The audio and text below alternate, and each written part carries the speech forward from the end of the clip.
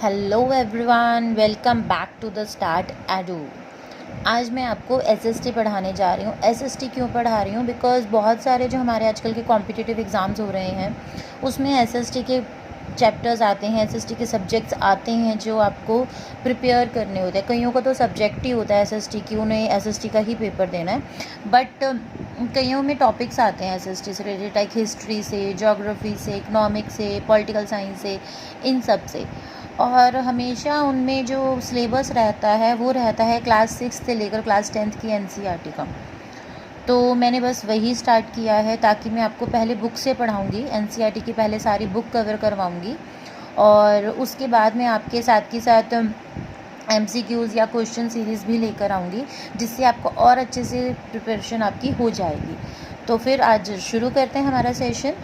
तो आज मैं सबसे पहले क्लास 6 की सोशल एंड पॉलिटिकल लाइफ की बुक में से जो चैप्टर फर्स्ट है आपका गवर्नमेंट, उसकी शुरुआत करने जा रही हूँ।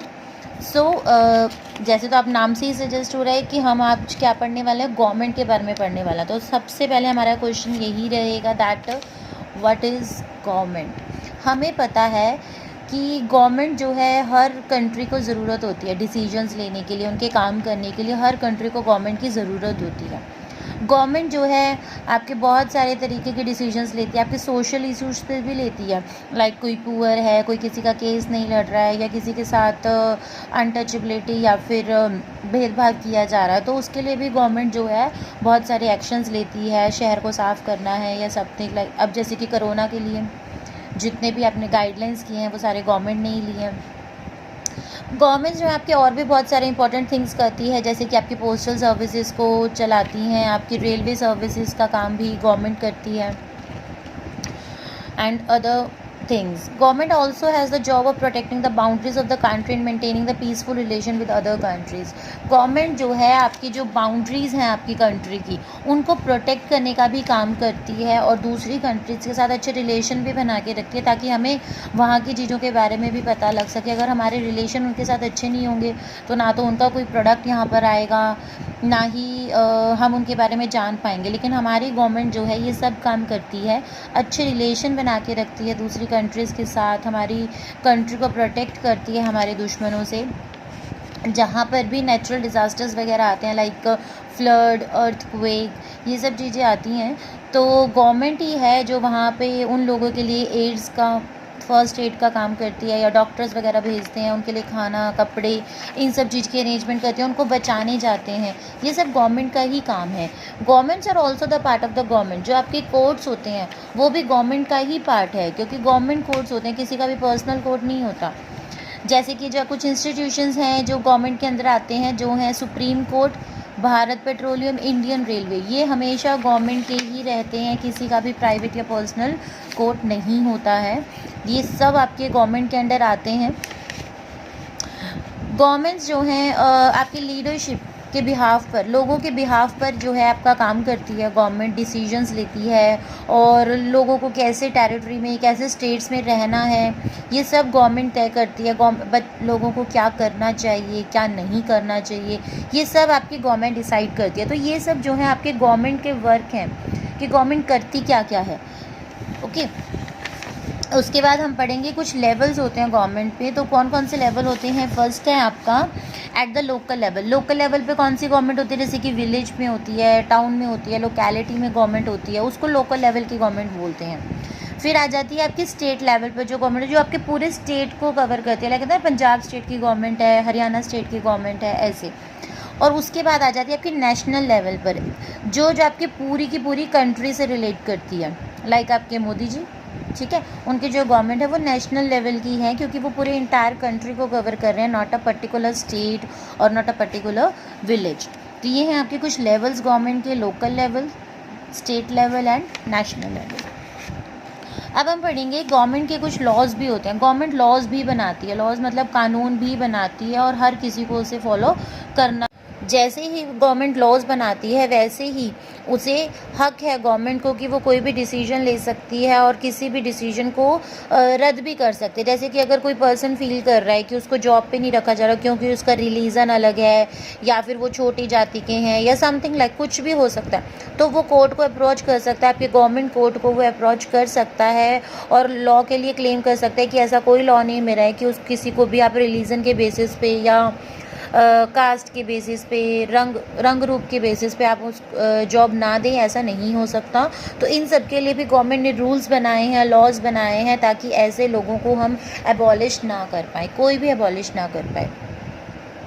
तो ये हमारी गवर्नमेंट है, हमने पढ़ा गवर्नमेंट क्या क्या काम करती है और कितने लेवल पर होती है, क्या क्या लॉज बना सकती है, क्या क्या ऐसे इंस्टीट्यूट्स हैं जो आपके गवर्नमेंट के अंडर आते हैं।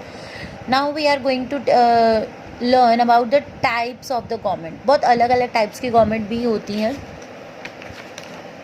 तो सबसे पहले है मोनार्की। मोनार्की क्या होता है? मोनार्क होते हैं कोई भी किंग या क्वीन जो हमारे पुराने टाइम में होते थे, ठीक है। पुरानी गवर्नमेंट है जो हमारी राजाओं महाराजाओं के टाइम की थी। उस वक्त क्या होता था, जो हमारे राजा महाराजा होते थे वही गवर्नमेंट का काम करते थे। क्यों करते थे? क्योंकि वही उनके पास सारी पावर होती थी किसी भी बात के लिए, डिसीजंस लेने के लिए या किसी को कोई फैसला सुनाना है तो वो राजा या फिर रानी के हाथ में होता था। तो उस टाइप के गवर्नमेंट उस टाइम में वो गवर्नमेंट कौन होते थे? वो राजा और रानी ही गवर्नमेंट के लिए काम करते थे, गवर्नमेंट की तरह काम करते थे।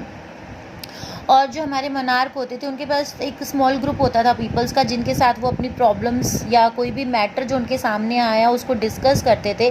लेकिन जो फाइनल डिसीजन मेकिंग पावर होती थी वो सिर्फ मोनार्क के हाथ में ही होती थी। और किंग्स और क्वींस को अपने एक्शंस के लिए एक्सप्लेन नहीं करना पड़ता। जो भी उन्होंने फैसला लिया वो सबको मानना होता है। किसी को कोई भी उनके खिलाफ आवाज़ नहीं उठा सकता या कोई भी उनके फैसले को बदलने के लिए नहीं कह सकता। चाहे वो सही है चाहे गलत है, उन्हें उनकी बात माननी पड़ती थी। ये तो हमारे पुराने टाइम की गवर्नमेंट की। पुराने टाइम में हमारी कैसी गवर्नमेंट थी या कौन चलाता था उस गवर्नमेंट को।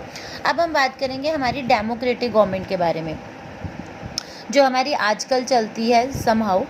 डेमोक्रेटिक गवर्नमेंट क्या होती है? एक ऐसी गवर्नमेंट जहाँ पर पीपल्स को अधिकार होता है अपनी गवर्नमेंट खुद चूज़ करने का। वो बहुत थाउजेंड्स ऑफ पीपल्स के बीच में हम कुछ पीपल्स को चूज़ करते हैं कि हाँ हमारे डिसीजन ये ले सकते हैं और हम इनकी ही बात मानेंगे। तो वो कैसे करते हैं? वो वोट की तरह वोट करवाते हैं। जो इलेक्शंस होते हैं हमारे वो इसलिए होते हैं ताकि हम अपनी गवर्नमेंट अपने हिसाब से चूज़ कर सकें। इसलिए गाइस सभी को आफ्टर 18 ईयर्स सभी को वोट ज़रूर डालना चाहिए, चाहे आपकी मन है चाहे नहीं है, ताकि कल को आप दूसरों को गालियाँ मत करो यार कैसी गवर्नमेंट है ना। तो खुद भी कोशिश करो और हो सकता है कभी तो आपकी पसंद की गवर्नमेंट आएगी ना, अगर मत होगा तो चलिए, डेमोक्रेटिक गवर्नमेंट वही होती है जो लोग खुद अपने लिए चुनते हैं by the way of voting them. जैसे ही वो एक बार इलेक्शन हो जाते हैं आप वोट कर देते हो तो जो जिसके सबसे ज़्यादा नंबर्स होते हैं वही लोग मिलकर आपकी गवर्नमेंट बनाते हैं और आपके लिए सारे डिसीजंस लेते हैं, आपकी प्रॉब्लम्स को सॉल्व करते हैं। गवर्नमेंट को जो है हमने पढ़ा था मोनार्क जो होते हैं उनको अपनी जो भी उन्होंने फैसला लिया उसको एक्सप्लेन करने की ज़रूरत नहीं होती। लेकिन जो हमारी गवर्नमेंट है उसको अपने एक्शंस को एक्सप्लेन भी करना होता है और डिफेंड भी करना होता है। लोग उनके खिलाफ भी बोल सकते हैं और गवर्नमेंट को सुनना भी पड़ेगा।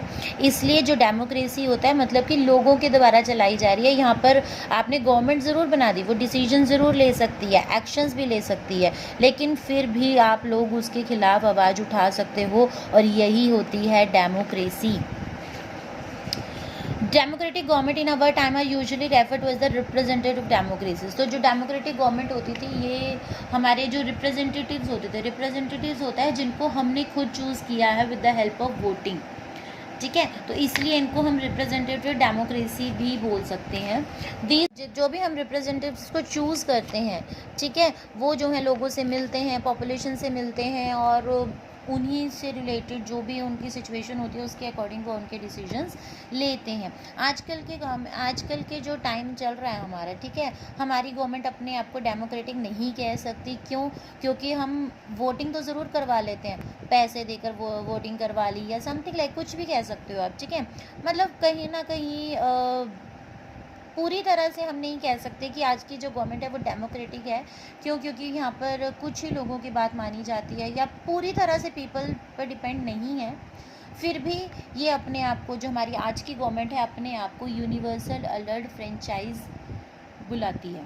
तो हम उसको यूनिवर्सल एडल्ट फ्रेंचाइज कह सकते हैं हमारी आज की गवर्नमेंट को। इसका मतलब है यूनिवर्सल अडल्ट फ्रेंचाइज का मतलब है कि जितने भी अडल्ट्स हैं हमारी कंट्री में सबको वोट करने का हक है। और बहुत सारे लोग, और इवन गांधी जी भी पुराने टाइम में इस बात के लिए जो है बहुत ज़्यादा शौक थे कि सभी अडल्ट्स को वोट करने का अधिकार है। अब ये सिर्फ हमारी ही कंट्री की बात नहीं है, बाकी और भी पूरे वर्ल्ड में भी गवर्नमेंट का यही हाल है। तो देखिए पूरे वर्ल्ड में गवर्नमेंट का क्या हाल है। पूरे यूरोप और एशिया में जो औरतें और जो पुअर लोग हैं, ठीक है, वो गवर्नमेंट के में पार्टिसिपेट करने के लिए, मतलब वोट करने के लिए जो है अपनी लड़ाई लड़ते हैं। वुमेन स्ट्रगल कर रही है, उन्होंने फर्स्ट वर्ल्ड वॉर से ही स्ट्रगल करी है कि हमें भी वोट देना है, हमें भी ये अधिकार मिलना चाहिए। और इस मूवमेंट को जो वुमेन्स ने शुरू किया था अपने वोटिंग के लिए, उस मूवमेंट को बोलते हैं women suffrage movement. Suffrage means होता है राइट टू वोट, कि हमें अधिकार चाहिए वोट करने का। और जो ये सफ्रेगेट्स थे, इन्होंने अपनी डिमांड रखी कि हमें वोट करना है। वो भी किसके लिए रखी? सारी औरतों ने मिलकर ये डिमांड रखी और उनके डिमांड्स को सुना भी गया। और इन्होंने अपनी एक रेंज बनाई, इन्होंने पब्लिक प्लेसेस पे रैलियां वगैरह निकाला, बहुत सारा जुलूस निकाला, या फिर नारे लगाए, हमें वोट देने का अधिकार दो, हमें वोट देने का अधिकार दो। उसकी वजह से क्या हुआ, बहुत सारे सफ्रेगेट्स को जो है जेल जाना पड़ा। बहुत सारे जो सफ्रेगेट्स हैं वो हंगर स्ट्राइक पर भी गए, लेकिन उनको धक्का मुक्की से, by the force of the government उनको हटा दिया गया। लेकिन फाइनली उन्होंने जब इतना सब कुछ किया, फाइनली अमेरिकन जो वुमेन्स थी उनको अधिकार मिला वोट करने का 1920 में, और जो यूके की वुमेन्स थी उन्हें आदमियों के बराबर का अधिकार मिला in the 1928 in the earliest. और जो हमारी पहले की गवर्नमेंट होती थी उनमें भी सिर्फ आदमियों को ही हक था प्रॉपर्टी लेने का भी और वोट करने का भी। और जो वुमेन्स थे, पुअर थे, और या जिनकी प्रॉपर्टी कम थी, या जो अनएजुकेटेड लोग थे, उनको वोट करने का अधिकार नहीं था। लेकिन आजकल ये अधिकार सभी को दिया जाता है। ये था हमारा all over about the government. ये था आपका first chapter of the lesson number 6। I hope आपको मेरा आज का सेशन अच्छा लगा होगा। अगर आपको अच्छा लगा, समझ आया, तो please like, share and comment my, and also subscribe my channel and bell icon. Thank you, bye.